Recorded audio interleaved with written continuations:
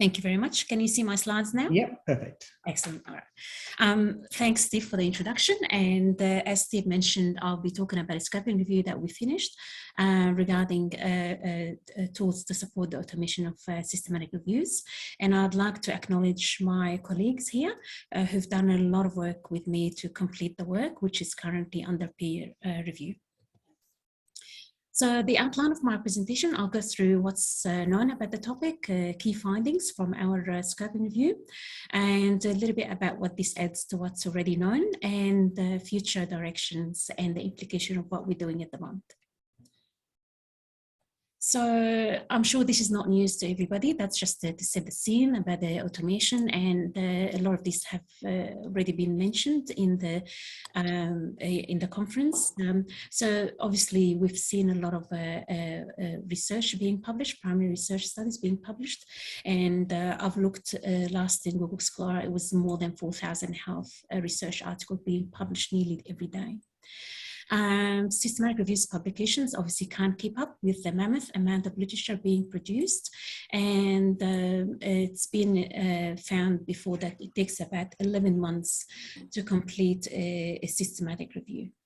That obviously that raised many questions like the out-of-date clinical guidance, especially where it's important to have the most up-to-date guidance for clinical practice.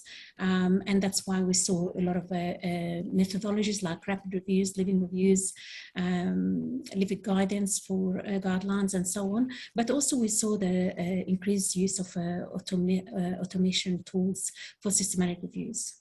Obviously, that involved a lot of cost with resources, staff being needed to do reviews. That takes a long time. And by the time you finish one, it's actually, it's time to update. I'm currently doing a Cochrane review. It's an update, and it's taken a long time to actually finish at the moment. So given this and the fact that many researchers have discussed the possibility of automation, we thought we'll just do a scoping review, particularly that we couldn't find any scoping reviews that actually summed up which tools are useful to undertake scoping reviews, systematic reviews, and which ones aren't. We found a lot of studies, which I will talk a little bit about, but not so much a scoping review that pretty much mapped all the evidence around automation tools. So just going briefly, and I'm not an expert in automation, I'm not an IT person. My background is a pharmacist academic, and I've actually, but I'm a methodologist as well. So there are three main tasks in which automation of systematic reviews have been employed for, and these included classification, ranking references, and data extraction. Study classification ranking usually uses a semi-automated method, which included active learning, which I will talk about in the next slide, whereas data extraction from studies, which is the later part of all systematic reviews, mainly use a full automation method where human involvement is not usually required. So when it comes to semi-automation and full automation, so obviously semi-automation, like I mentioned before, you do need active learning. It's utilized in these type of tools where there is always a direct human involvement in the learning process. And their functionality usually depends on a process whereby an algorithm returns a collection of relevant studies from a reference list that correspond to a particular topic of interest. So you really need to start with a particular data set of the topic in question that you're about to undertake. And you need a human reviewer who will then label these texts and determine the relevance to the search topic. This process is ultimately repeated multiple times until the algorithm is actually trained enough and can replicate the human's reviewers' decisions. Now, we found that this method delivers the best answer from the validity, reliability studies that were done, obviously because they included human involvement. However, the learning process was biased towards a pre-selected list of references and therefore couldn't be generalized to other topics as well. So every tool was pretty much done on a particular set of topics, or maybe sometimes multiple set of topics, but the research question most of the time were quite, research questions were quite focused. The full automation, however, doesn't involve active learning and does utilize a classifier combined with some heuristics that learn from general exposure to a vast amount of data. Now, heuristic algorithms, if you're not familiar with this, they do try to learn from history and the past moves to generate new, better moves or solutions. Now, obviously, this learning then aids to improve the performance of the tool. Now, this method generally has a lower performance tool, but you can actually see that it has been used on broader topics and wider range of topics as well. Now, for those who are visual learners amongst us, I've just got a sort of difference between the active learning and the next slide, the full automation.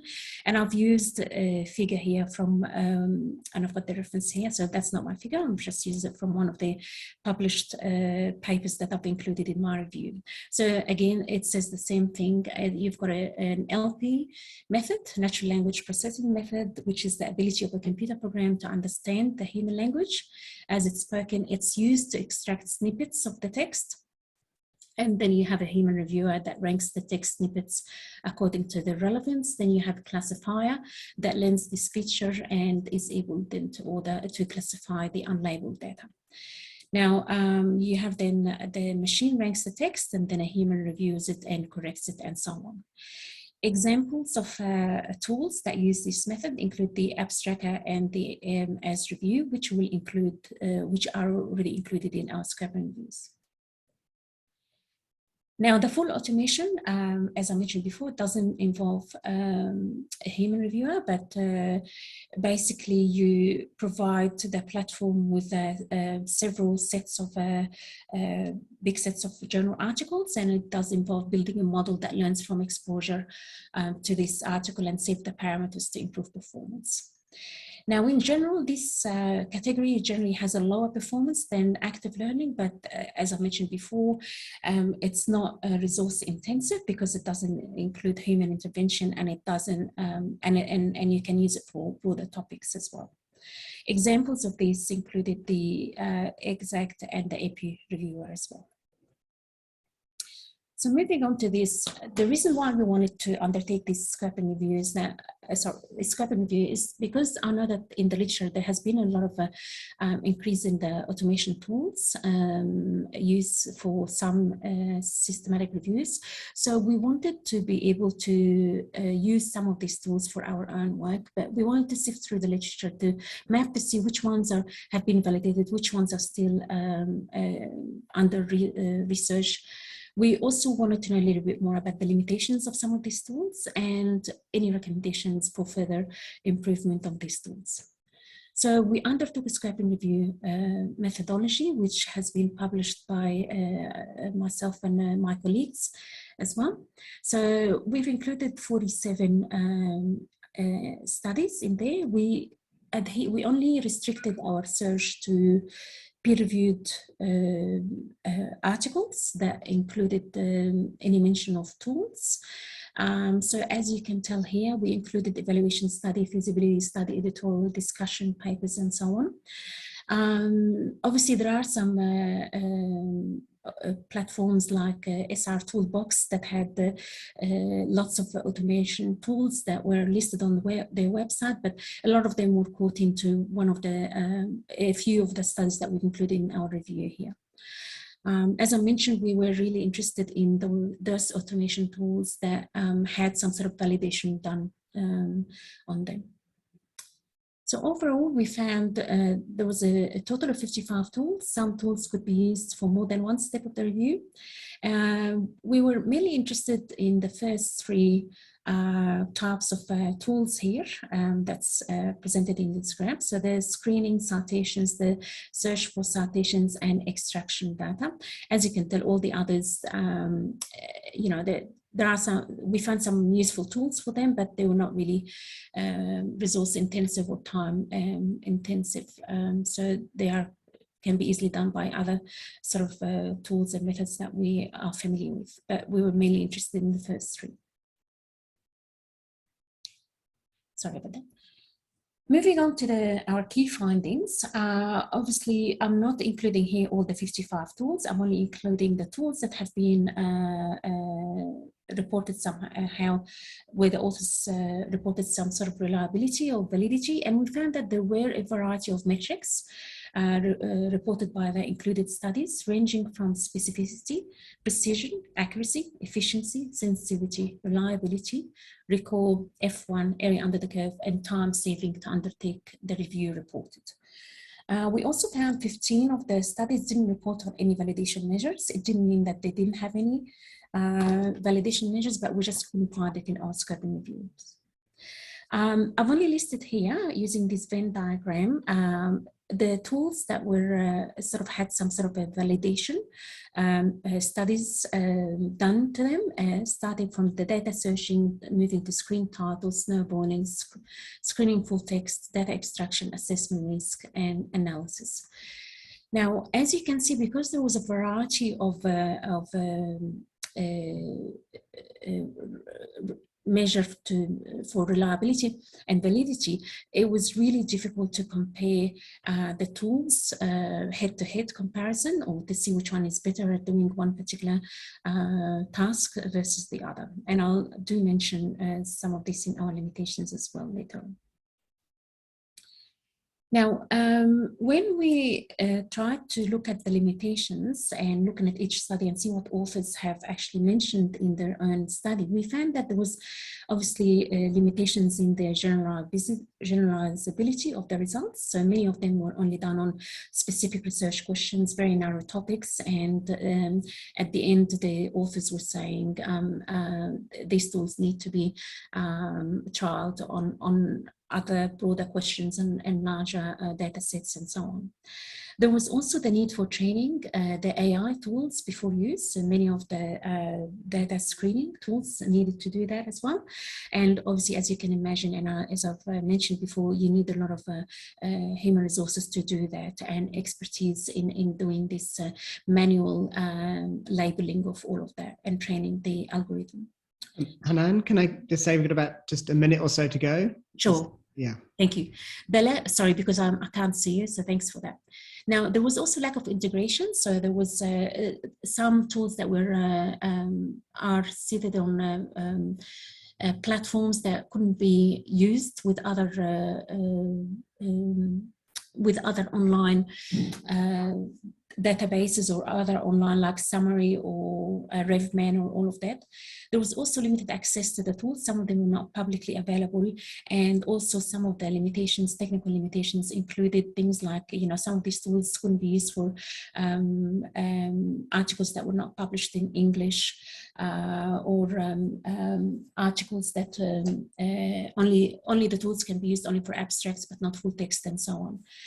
We also had problems with the resourcing and funding. So what's this at? So this is the first scoping review to present the validated tools that have been used by systematic reviews. And we found that only a few studies had made direct comparison with other automation tools. And there was a need to deposit data sets on shared platform for tools variation. I've actually tried to email some of the authors to send me some of the data sets that they've used for their tools, but I didn't have any answer yet. And also there was a problem with the generalization of the models to be a bit problematic. This is my final slide. So what I really would like to see, so the summary is that the abstract screening has reached maturity. Data extraction is still an active area. And it's important to move from some of the prototypes to professionally maintained platforms. Some of these tools, they're just algorithms, and it's really hard for some people who don't have IT background to use them. The other thing as well is that we probably need to work on creating an open access data sets for tools, testing and validation. And this is what I was trying to get from the authors who have published some of these tools, or validation to increase the tools' usability as well. So thank you. And I'm sorry I have gone over time. I'm going to stop sharing questions. Thank you, Hanan. We have time for one quick question. If there's a question that anyone would like to ask, if you could just raise your hand, and I should be able to see you.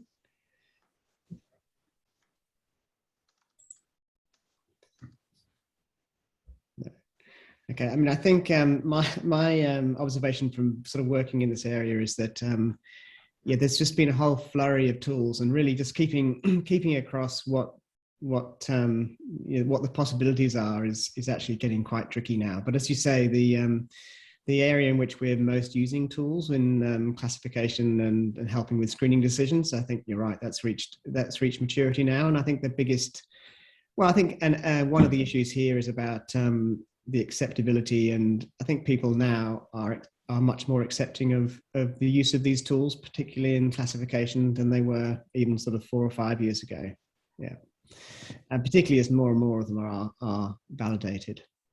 Yeah. That's true, Steve. And if I may add here, which I didn't mention in my talk, is that I think also exploring other IT techniques like deep learning techniques, which are much better than the artificial intelligence techniques that we have at the moment, particularly when we work with huge data sets as well. I think that might be a good move for the future as well, because it's been shown that to have better performance when it comes to huge data sets, which I'm currently exploring with my IT colleagues from Notre Dame University. Right, great. Thank you very much, Hanan. So now I'd like to introduce our second speaker, Connor Forbes from Bond University on the Gold Coast. And Connor works with Justin Clark, who I know very well as one of the librarians. And he's going to talk about automation of duplicate records and systematic reviews. So Connor, I'll let you share your screen. Thanks, Steve. So I'll pull it up. Just make sure I get the right screen. All right, cool. Great, we can see that, thanks. Do you want to switch to, yeah. There we go. So yeah, as Steve mentioned, I'm over at Bond University with the Institute of Evidence-Based Healthcare, and I'm a software developer there. So I'm kind of in charge of kind of like developing automation tools for the team, I guess. So a little bit of background on this. So when you're performing a systematic review, it's become standard to perform a multi-database search when finding evidence. So you'd look at, let's say, Cochrane, PubMed, and Ovid. So you'd look at multiple sources of evidence when you're performing your review.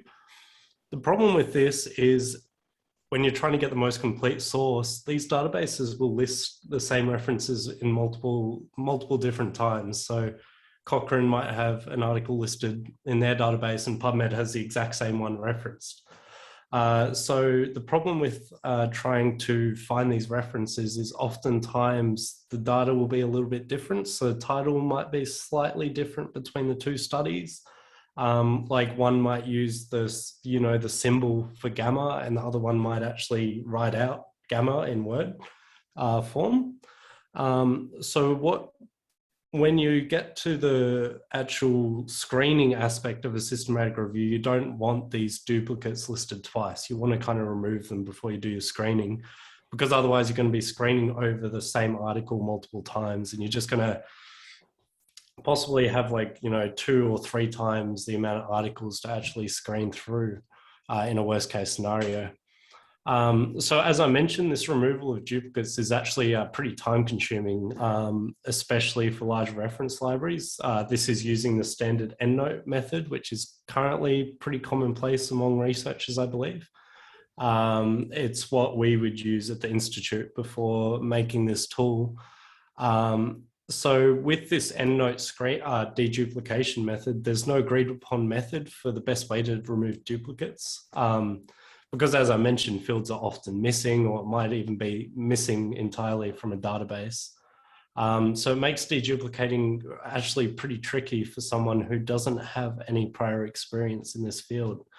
So to remedy this, Matt Carter and I at the Institute of Evidence-Based Healthcare have designed a deduplication tool to automate this process with the streamlined user interface. And this deduplication tool, appropriately named the Deduplicator, is freely available with our suite of tools over at sraccelerator.com as part of the SRA suite. So here's a quick preview of what the tool looks like, I suppose.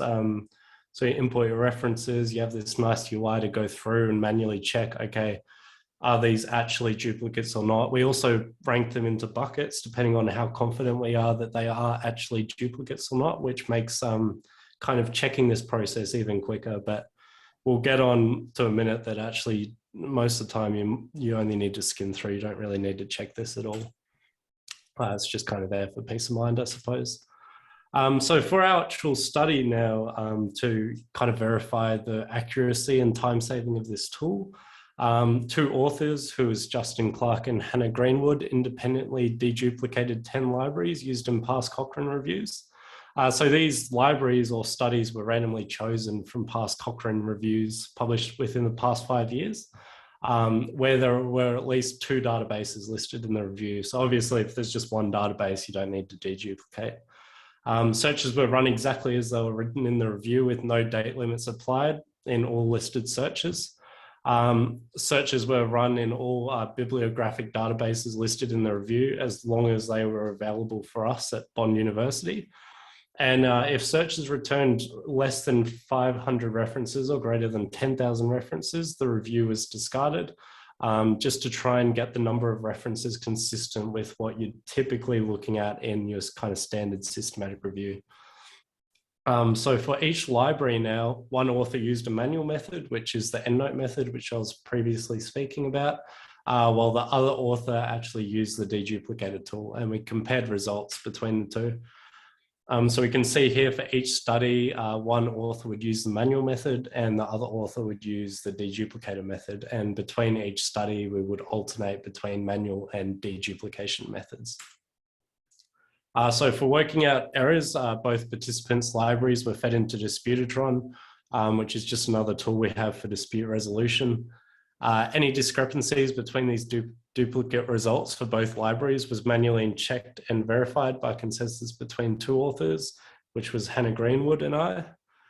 So if a reference was incorrectly classified as a duplicate when it's actually a unique article, it's labeled as a false positive, while a duplicate which was marked as, which is missed, is marked as a false negative. So if a duplicate is marked as a duplicate, but it's actually a unique article, then it's a false positive, meaning it's falsely been identified as a positive result. While the opposite, meaning that the author, one of the authors did not identify it as duplicate, but it is in fact a duplicate, that's marked as a false negative. So one limitation with this method is that if both authors incorrectly classified an article, it would not be counted as an error. But for the sake of this study, because it's a comparison between these 2 methods, this limitation isn't too much of a contributing factor. So for the time now, we can see the results here for the 10 studies. So you can see that the time can fluctuate quite a lot depending on the size of the study. We can see the Dawson 2021 one, for instance, took 76 minutes with the the manual method, sorry. And deduplicator in comparison was only 6 minutes. So the time does fluctuate quite a lot depending on the size of the study, but overall the average time we can see is much better for deduplicator compared to the manual method, and the median results also back this up. So here it is visualized in a graph. Again, it's clear there in the graph that Dawson, benefited significantly from the deduplicator. But pretty much all the studies had better results with the deduplicator method compared to the manual method, except for the Whiffen study published in 2017. So here's the errors visualized now as well. So it's quite a big table, this one, but the general gist of it is that overall deduplicator makes an average of 3.3 errors per review, while the manual method is kind of double that at 6.2 errors per review on average. And again, median results back this up with an average of 3 errors for deduplicator and an average of 5 errors for the manual method. So overall, here's the accuracy here. We can see both methods got really good accuracy, which is no surprise because EndNote currently is kind of considered the gold standard for deduplication. So we can see here the average accuracy is slightly better with the deduplicator method at 99.82 compared to 99.70 with the manual method. So again, on average, deduplicator performs 70% faster than the manual method at 8.2 minutes versus 27 minutes respectively. So, instead of deduplicating in EndNote, you could deduplicate in the deduplicator and then go watch like an episode of The Office afterwards. And, it's the same time overall. And adding on to that, deduplicator is slightly more accurate as well. There's no significant difference between the two, and obviously there's not enough data here to conclude that it is definitely more accurate, but the results for both were pretty good at 99.82 and 99.7% accuracy. So in conclusion, while the accuracy of both manual and deduplicator methods are comparable, deduplicator allows a reviewer to perform deduplication much quicker than EndNote, especially for larger libraries.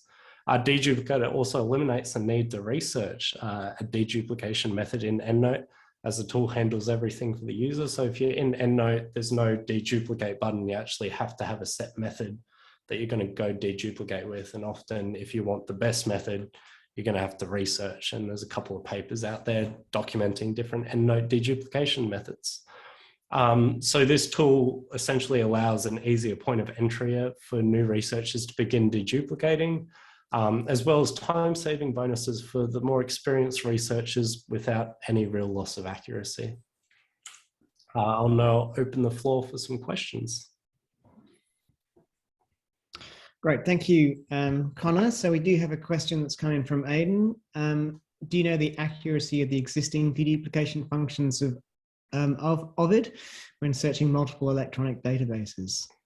So no, we didn't cover that as part of the study looking at the Ovid deduplication function. But to my knowledge, the Ovid one is fairly accurate as well. I do believe there's some limitations with what databases Ovid cover in comparison though. And no, we haven't compared against Covenants either as of yet. And does the software accept all types of files? So this is a good question coming from Cindy. So the software at the moment supports XML, RIS, and NBIB files at the moment, with plans to support more in the future. But as of current, XML, RIS, and NBIB are the three main ones. Great. So Connor, when you have your, you upload your citations into deduplicator, and then if you then want to export them into another program like Confidence, then you can do that fairly easily then, presumably. Yeah, that's right. I could actually demonstrate here quickly if we have time. We've actually got, okay. We're running. If we're over time, that's all good, but it's pretty quick. So I've just loaded up our blue light EndNote library. So we can see here that there's a list of duplicate references that's identified. And if you go file export, you can choose which file to export it as. And so depending on your software that you're using, it will support different types. You choose the one you want to download, you click all references deduplicated, and it will download your file. In this case, RIS format, but it supports XML and NBIB, as I mentioned as well.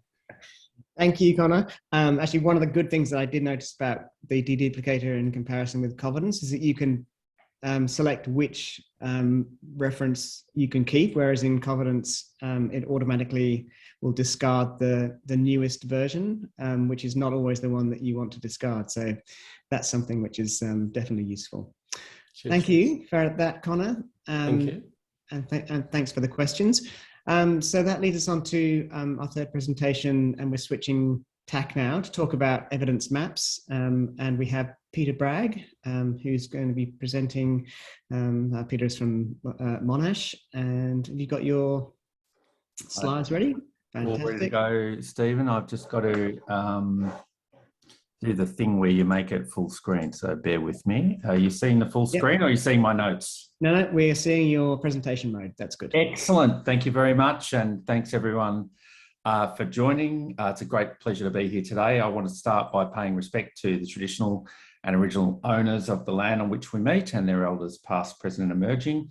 And I want to thank my co-researchers listed here, which include Peter Chen and Patrick Olivier from Monash University's Action Lab, and they built the evidence map that I'm going to show you today. So just a little bit of background to the topic.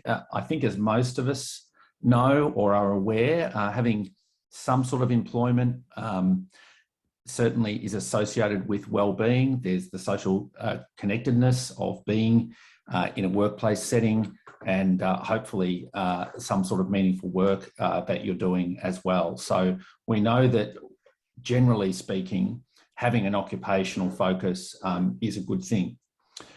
We also know, sorry, I've just got to get my, we also know that mental illness can manifest at work. It can be caused by work, or it can manifest at work. And that's associated with an enormous amount of economic loss around the world on an annual basis. Estimated, this is a pretty old estimate, $1 trillion per annum US dollars. And because of that, we know that investing money in mental health, well-being, initiatives associated with workplaces has a really good return on investment, which is also estimated, and this is also pretty old data from World Health Organization, to be about $4 in productivity gains for every $1 that you invest in workplace mental well-being. So one of the challenges, knowing all that, is the challenge that we all face in all areas of review and implementation science, and that is the mismatch between the evidence that people access and the evidence that people use. So these numbers I've been updating over the years. I think they're pretty much the latest estimates I've got. So there's about 5 billion web pages in the world. Most people go there, most people play there. So that's the highest level of use, but as we know, that's the lowest level of confidence that we have in information. Most recent estimates of the number of peer-reviewed articles is about 65 million. And then at the top of the knowledge pyramid, we have the 200,000 evidence reviews. And as most of you will know from implementation science, the review level of evidence is the most useful or translatable form of evidence for policy and practice. So that's really where we want people to play. And we're trying to drag them up to the top of the pyramid by looking at evidence reviews. And in this area of mental health, we know that there's likely to be a large amount of evidence reviews. So what we did was we went to, we undertook a search for review level evidence around workplace mental wellbeing interventions from 2016 onwards, just reviews. And I'm not going to go into the details of that because I really want to focus on the map, but we found 91 in that 5-year period from 2016 to last year when we did the search. And then we built the evidence map that I'm going to show you and walk you through now. And I don't have as much confidence as the previous presenter in showing you a website online. So I've just used screen grabs because we're short on time. But if you go to bit.ly/WMH evidence map, workplace mental health evidence map, you can freely access this map, and I encourage you to do so after today and have a bit of a play with it. And I'll just talk you through the features on the map and what we were sort of aiming to achieve by doing these features. So most of you will have seen online evidence maps from organisations like 3IE and around the place. They are an increasingly used way of representing evidence. And in general terms, the rows represent interventions and the columns represent outcomes, and they're almost always around effectiveness of interventions. In the 3IE evidence maps, the cells represent the volume of studies in relative terms from reviews, and I think they also include other forms of evidence. We've gone a step further and tried to colour code the direction of the effect. So when we spoke with policy users and other end users, they said, look, this map's great. We love looking at maps, but if we look at the cell and we can't tell if it works or not, then that's a real block for us in terms of wanting to know more. So the name of the game in this evidence map is to find the teal circles, and preferably the bigger teal circles, which are the positive effect ones. Just out of interest, the other two categories are neutral effect, as in the review has established that there's not much difference, and no conclusion, which is where the evidence is mixed and the review really can't make a call one way or the other. The other innovation that the other thing that's typically in evidence maps is some sort of sift and sort button, and we've got that for professions. We actually categorised all the professions from the evidence reviews using the ABS occupational classifications. I think there's about 11 of them, but we only found a few in industries other than healthcare and social assistance. So for the purpose of this map, we've just bundled all of them into another professions, and the default view is everything. Similarly, with intervention types, you can toggle through to various interventions and have a look at the effectiveness on the particular outcomes. And that slider down the bottom, there are more outcomes listed than what you can see on the page here. A couple of other features worth noting. Again, in most evidence maps, you can link from the cells to the source content, and ours is no different. I've just sifted this for healthcare and social assistance. And if you click on that button until the black circle comes around, you'll see that it starts to light up the relevant reviews on the right-hand side, and you can then click through the DOI, and obviously if it's freely available, you can access it. Another cool feature, which I only discovered recently, is that you can sift and sort the columns themselves by volume of evidence descending. You can't do it across the rows, but you can do it for the columns. And you can also download the source data and check how accurate we've been in our data extraction. And that'll give you a sheet that will be very familiar to most people who have done reviews. So I just want to highlight a couple of things that we think are advantageous about this map and a couple of shortcomings. The first is that obviously written reports are less accessible and something you can just click through to studies on. And one of the arguments that we advance when we do evidence maps is when people say, oh, Google's so much quicker, you can say, look, if you use this map, we've pre-populated it with review level evidence in the same time as it takes you to sift through 6 billion references on Google. You can actually find something that's a review level peer-reviewed study. So the accessibility is obviously a major plus.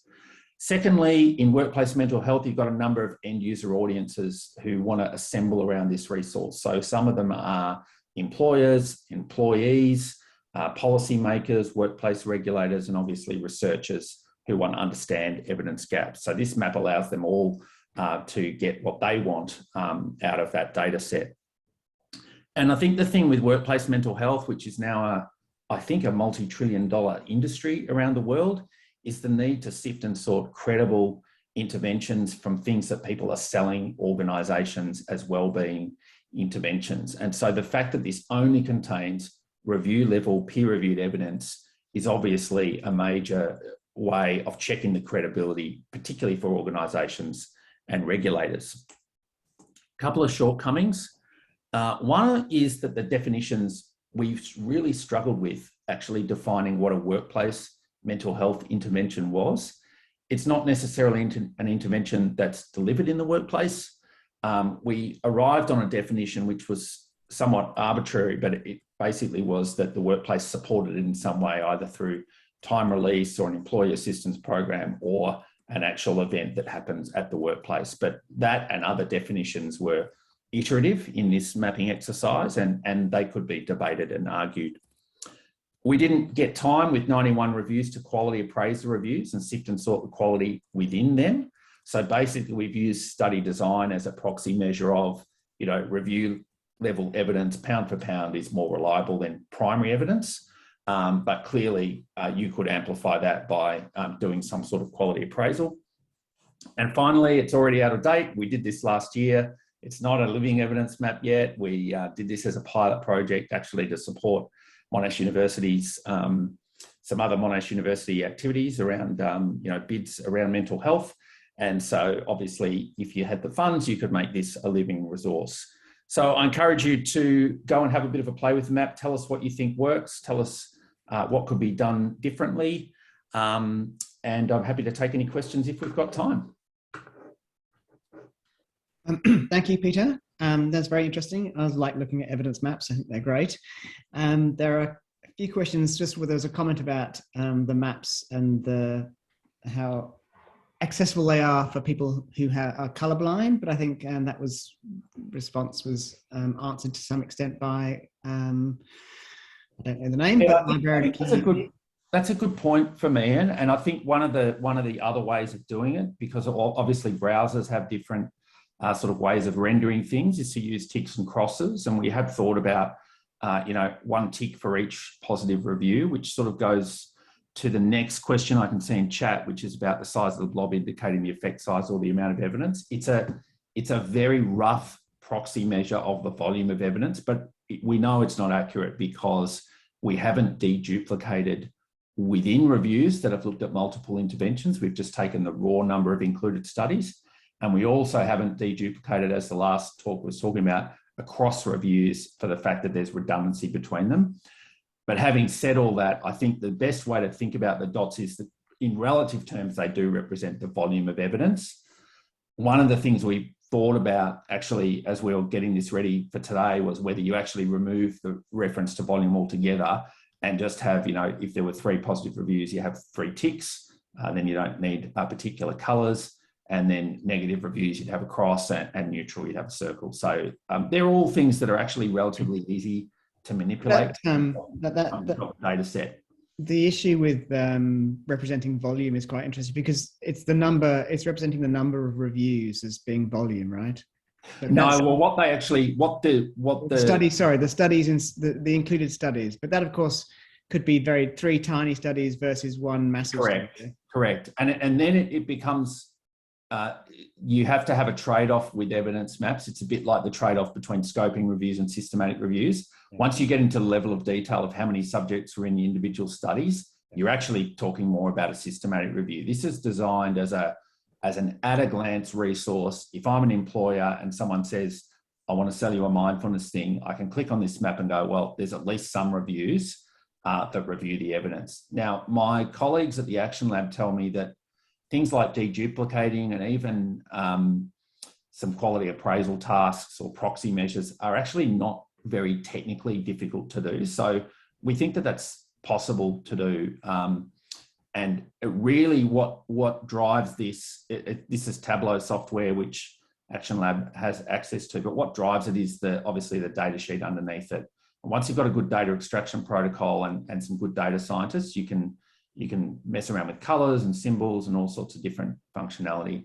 There is another question. Just in the interest of time, if you could address Hanan's question briefly. Yes, I'm going to do it really quickly. The short answer is we don't know how long it took to complete. This was something we did a little bit off the books, so to speak. We did receive a small amount of funding from Action Lab, from Patrick's group, who wanted to do the evidence map. I think it was in the order of 20 to 25K, but we've still got a little bit of work to do to write up the paper. So we haven't, the short answer is we haven't really done a good job of cataloguing the resource evidence use here. We really just focused our energies on getting a map up and getting it out there for people to respond to. So thank you everyone for your questions. I'll throw back to you, Steve. Thank you, Peter.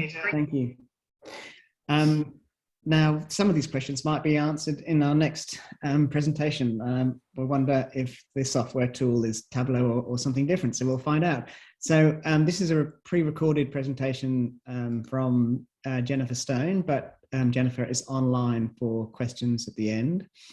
So I'm going to share the presentation.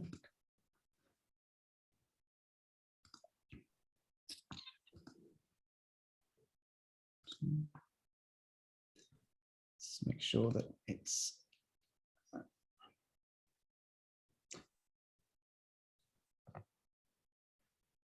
share computer sound. Okay.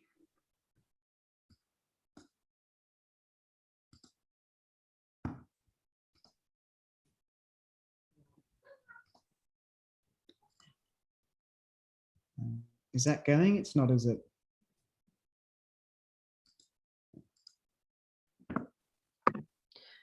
Good afternoon. In this presentation, I'll be talking about creating knowledge maps using the K-Mind software. My name is Jennifer. I'm from JBI Adelaide, and my specialty is evidence synthesis methods. I have no conflicts of interest. And so today I will go through mining PubMed using K-Mind software created by 10Wise in the Netherlands. I will talk about how you can create a knowledge map using this software and where to go for further information. So there is an exponential growth of research data that we create.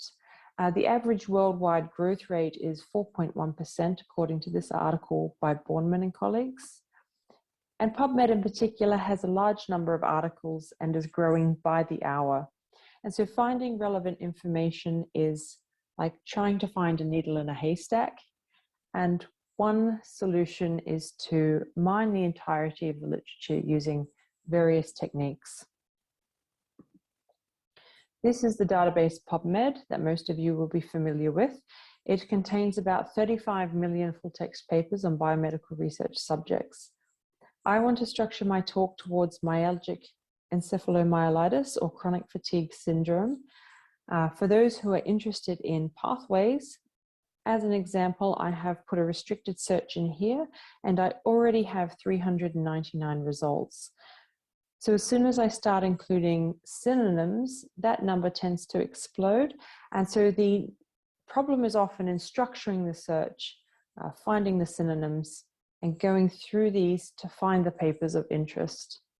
And so what we want to be able to do is rank and prioritize PubMed papers, similar to the way Google ranks web pages, and index these articles using more complicated algorithms for keyword searches to really prioritize the information researchers want based on their research question.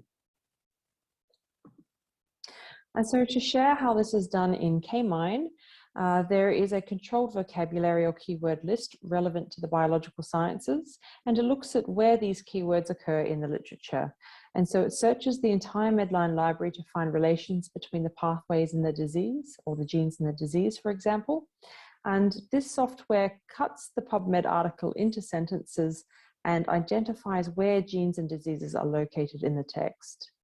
And so this is something that you would also get when you do a PubMed search, and the results will be presented in a similar way, but at the abstract level rather than at the sentence level. And so the added value that we have in the knowledge map is that these relations are computed and stored in a database so that algorithms can then be used on this data to prioritize findings in the literature and to generate meaningful networks. This is schematically depicted here, in which each dot represents a bit of information. There is a list of keywords run through the Medline library in full text papers. And what you see here on the right is a little knowledge map where we highlight some diseases and their relationships with genes and metabolic pathways. And so we can generate these knowledge graphs in seconds for a particular field of interest. And so the research questions can be on any range of things, from genetics, treatments, or animal models, but I'm going to focus on what is known generally about ME. And this here is the K-Mine tool created by Tenwise. I have typed ME into the search bar, and so ME is controversial and much maligned. It has a long and dishonorable history of the medical profession saying to patients it's all in their head and not real.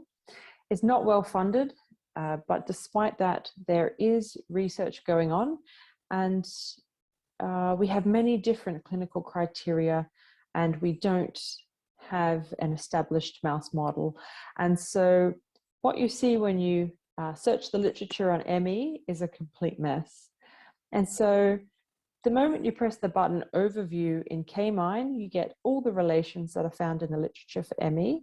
And so there are drugs and metabolites and pathways, for example. And also to the right of each relation is the number of abstracts that connect the concept to the disease. And so if you click on that, it will give you the abstracts. And this really just helps to sort through that mess. And so here I have clicked on cortisol under metabolites for ME. And so the added value here is that you don't have to type all the queries into PubMed and go through the abstracts one by one. They are presented here directly in highlighted form. And so for me, when I'm studying a new subject, I see terms that I may not have thought of myself. And so this can also give you ideas on how to alternatively approach your research subject that perhaps you hadn't thought of yourself. And so there is another tab in this tool that allows you to organize your papers with respect to what they describe. And so clinical papers or variant papers, such as genetic variation, and a mouse filter for mouse models or preclinical evidence related to ME. And so there is also a score to the right on all these abstracts. And this is given by an artificial intelligence model that evaluates the text and classifies it as a clinical or mouse study. And so the higher the score, the higher the paper ranks on that classifier. And so you can also add concepts and find multiple relations broken down at the sentence level or at the abstract level by clicking on the My Concepts tab and adding your concepts. And you can also do this on a larger scale by using computer-generated queries, and it directly looks into the database. And so what we asked here was what genes and metabolites are specific to other similar disorders, and what genes are related to all these selected disorders. And so here you can visualize this as a network, which is generated within seconds. And so using this tool, you can very quickly see what genes are related to your diseases, and you can be presented with the abstracts that describe those terms. You can also click on the PubMed ID in the abstract reference at the top, and that will link you back out to the abstract in PubMed. So this is a bit more than just a keyword-driven search in PubMed, but also involves statistically relevant relations that connect these keywords in the literature. And it's a very powerful way of filtering out unwanted noise and really focusing in on the concepts that you are interested in. And so there's many applications for the K-Mind tool. I think it's useful for identifying papers of interest, finding important synonyms, and identifying alternative research approaches. It can also produce a really neat knowledge map, which may be useful for those undertaking scoping reviews or evidence review maps. And these are just a few applications that I can think of, but I would be happy to hear any suggestions on how others may like to use this tool. And I've put the link to the tool at the bottom of the slide here in red. So if you go into the link and set up an account, you can start using the tool and exploring it for the topics that interest you. And I'm sure the creators of the tool would be happy to receive any feedback. And I certainly am happy to receive any questions by email. And yes, so thank you for listening to this presentation. And are there any questions?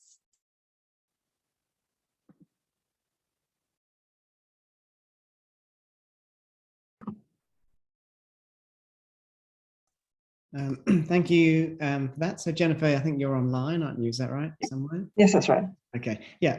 So there's one question that's come through. If you are conducting a search on behalf of someone else, can you save the search for sending? So in the tool, there's a lot of download buttons. So you can actually download your abstracts, download your maps, and all of that sort of stuff. So you can send those ones on. Yeah. Is this searching PubMed through an API? Is that how it works? Yeah. Yep. And does it allow you to put in the full sort of PubMed type search, or is it really it's a no? Usually just the disease. Right. Yeah. Yeah. And how have you used this in the work that you do?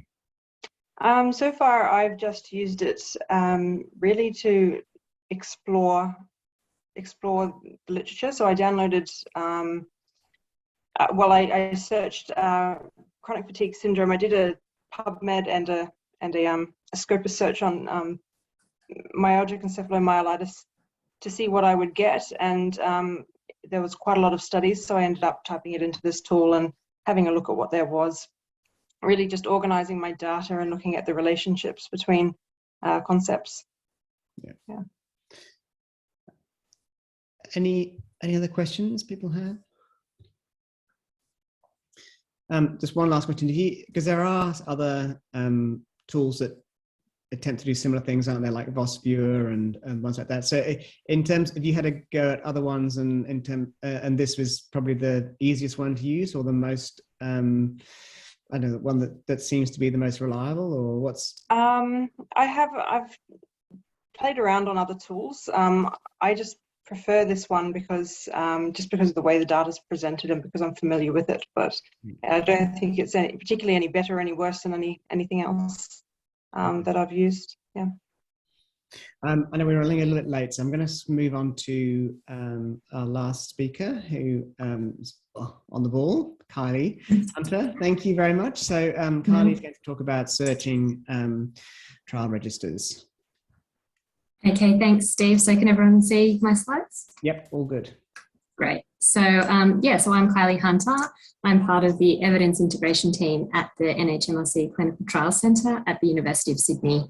And I'd like to acknowledge the Gadigal people of the Eora Nation as the traditional owners of the land on which I'm presenting from. So it's my great pleasure to present to you today on searching clinical trials registers and a guide for systematic reviewers. And I'd like to thank my co-authors who are listed here for their contributions. So briefly, here are my disclosures, but most notably, I have had long involvement with the Australian New Zealand Clinical Trials Registry. So searching clinical trials registers is now mandated for best practice systematic reviews, including Cochrane reviews. And so what are clinical trials registers and why is searching them mandatory? Most of you are probably familiar with them, but clinical trials registers are publicly accessible online databases of planned, ongoing and completed studies. And a key point is that they include both published and unpublished studies. So they can enable access to unpublished data for inclusion in systematic reviews, and therefore they can reduce the risk of publication bias and improve reliability of the evidence generated. So the largest register is clinicaltrials.gov, and that's shown on the screen in the left, and this is based in the US. And another really important resource is the World Health Organization's International Clinical Trials Registry Platform, or WHO ICTRP, and that's shown on the right here. And this is a database or a meta-register which includes data from 18 recognised registries globally. So these are the two register resources that are recommended to be searched as a minimum. But unfortunately, searching registers can be challenging, and it is actually quite different to searching bibliographic databases such as Medline. And this is largely due to the varied and relatively unsophisticated search interfaces of trials registers, which I guess isn't so surprising given their relatively small size and limited funding. Also, the quality and structure of registration records is quite different to bibliographic records, and registers were not designed with a primary goal of being a searching resource for researchers, but rather with multiple purposes in mind for a variety of stakeholders. And so while there is an abundance of guidance available on how to search bibliographic databases, there's limited existing guidance on how to search registers, and therefore register searches are often conducted suboptimally or are underutilised. So we aimed to address this evidence gap by developing step-by-step guidance on how to search clinical trials registers. So we used a number of different methods to derive this guidance, including a literature review. We obtained information available from registry websites. We conducted a consensus workshop among the authorship team, which comprises expert information specialists, trial registry staff, and systematic reviewers. And we did an online survey of Cochrane information specialists and health technology assessment reviewers. The final guidance we developed consists of 11 steps and several accompanying recommendations. And these are detailed in a full guidance paper, which is currently under review for publication. So I'd be grateful if you could please refrain from sharing these slides. So the 11 steps we came up with are shown in the figure on the right. And as you can see, they encompass the full process right from defining the research question and formulating the search strategy through to conducting the search, downloading and screening records, obtaining the data, and reporting and updating the search. In our guidance paper, we illustrate each step using Top Child as a case study, and this is an ongoing systematic review and individual participant data meta-analysis evaluating behavioural interventions for the prevention of obesity in children. So for this case study to date, we have identified 15 extra eligible trials by searching trials registers, and these include around 8,700 participants. So this shows the importance of searching registers for identifying as much relevant evidence as possible. Now, since I have limited time, I can't go into each step and recommendation, but I'll just focus on instead on a few key steps that are new or quite different to bibliographic searches. So steps 2 and 3 of the guidance involve identifying search terms and formulating search strategies. And here the recommendation is to focus on 1 to 2 key concepts, and this is usually participants, health condition, or intervention.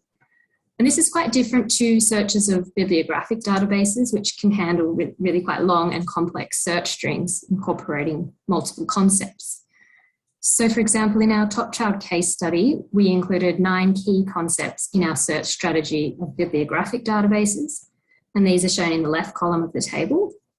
Whereas for our searches of child registers, we selected only 2 concepts, and these are shown on the right, so much simpler. In this slide, I just wanted to emphasise the need to adjust search strategies according to the specific registry or database, since the tools and rules really can be quite varied. So in our publication, we have prepared a large table that highlights key differences between bibliographic databases like Medline, clinicaltrials.gov and WHO ICTRP. And this slide just shows a section of this table, and I don't expect you to be able to read it all, but just wanted to give you some idea of the variations across databases in terms of things like indexing, Boolean operators, filters, and download export formats. So next I want to briefly talk about search filters, which can be used to refine a search by characteristics such as study type and participant age. So while filters can be a powerful tool to increase the precision of a search, we recommend not to use them for register searches unless there are exceptional circumstances. And the reason for this is that register records are not subject to stringent peer review, and therefore they might not be accurately categorised. So again, for our top child case study, we tested a search string on clinicaltrials.gov with and without application of the study type filter for interventional studies. We identified 3 out of 57 records that were actually randomised controlled trials, but had been incorrectly categorised as observational studies, and thus would have been wrongly excluded by the filter. So while the screening process is similar to that for published studies, there are a few key differences for registry records that I'd like to briefly highlight. So first, registry records typically do not contain a structured abstract. When they are downloaded, may include varying degrees of information. So it might only be a title and a web link, or it could be a full record of all the available data fields. So the screenshot here is an example of how one registration record appeared after being imported into the Confidence software. So if researchers, it's pretty much just a title. So if researchers choose to screen by this method, they should exclude only obviously irrelevant records. So depending on the number of records available, resources and personal preferences, some reviewers may even choose to skip this step and just screen all records in full. And in this instance, reviewers should screen the full record at the source registry website rather than the exported version. And this ensures access to the most detailed and recent information, which can be lost when downloading or uploading records to various software. So step 9 is particularly important and involves obtaining data for evidence synthesis. So trial registers are becoming an increasingly important source of unpublished results, especially since the WHO introduced results reporting requirements in 2015, as shown in the screenshot. So to date, clinicaltrials.gov has over 50,000 studies that have posted summary results online. So researchers can increasingly extract these summary results data directly from registries, and are sometimes also able to obtain unpublished individual participant data by contacting the study registrants directly, using the details available on registration records. And this is a method we commonly use when conducting IPD meta-analyses, such as Top Child. So here are some key take-home messages. First, searching clinical trials registers is mandatory for best practice systematic reviews. Searching registers is quite different to searching bibliographic databases, and researchers need to be aware of how to adapt their search strategies according to the register resource used. And a key advantage of register searches is the ability to access unpublished data, which can mitigate bias and reduce research waste. And other potential applications of this guidance include the ability to identify research gaps and inform research prioritisation, to explore the potential impact of publication bias, and to identify trials and potential investigators for collaborative methodologies such as prospective meta-analysis. And lastly, to plan updates of traditional or living systematic reviews. So I hope this guidance will be available soon and that it will assist you with your register searches. So thank you, and I look forward to answering your questions. Thank you, Kylie. That was great. I should have declared at the beginning that I've been a part of that project, so it's been very helpful and very useful to have that advice. Are there questions, any questions that you want to ask Kylie? One question I had, so I can't remember the data now, but I think about 20% of the trials, is that right, that were found through the register searching that wouldn't have been found otherwise, and that represents quite a lot of data as well. Yeah, were those results for those, were any of the results for those studies posted online, or was it just notification about the study existence? At this point, we haven't actually checked for the data because we're still in those preliminary stages, but we have been able to contact registrants from those records and get them to collaborate in a nested prospective meta-analysis. So we agree on common outcomes to collect so that at the end our data can more easily be combined. Yeah, okay. And one of the things that we're seeing in some of the COVID trials is that a lot of the COVID trials have been stopped because of the interventions have proven to be ineffective, or and so the recruitment stopped, and there's data on about 20 people or 30 people that are probably unlikely to be published, but the results are there in the register. But you have to obviously know that those studies have been registered to use that data. So yeah, interesting. I guess it just highlights the importance of keeping register records up to date. Yeah, and it's fairly time consuming from a systematic review author point of view to be on top of all of those registry records. It's certainly less easier to search than PubMed or something. It is. Good. Are there any other questions before we got one from Rui Wang? Does Central now cover ICTRP and Central clinicaltrials.gov? So it does include trials from these registries, but there's been a study, I can't remember who it was by, you might remember, Steve, but that found that Central is not sufficient on its own. It cannot replace register searches directly because the sensitivity is quite low.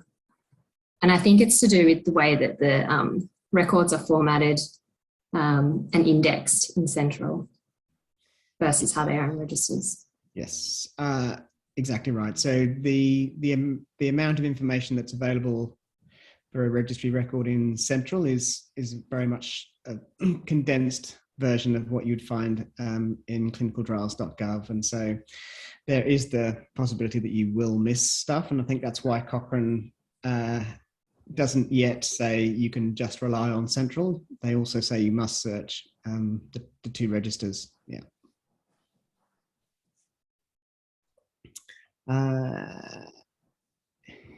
Yes, I'll have a check through that. I think there was also a paper that came out in JCE, I think this year.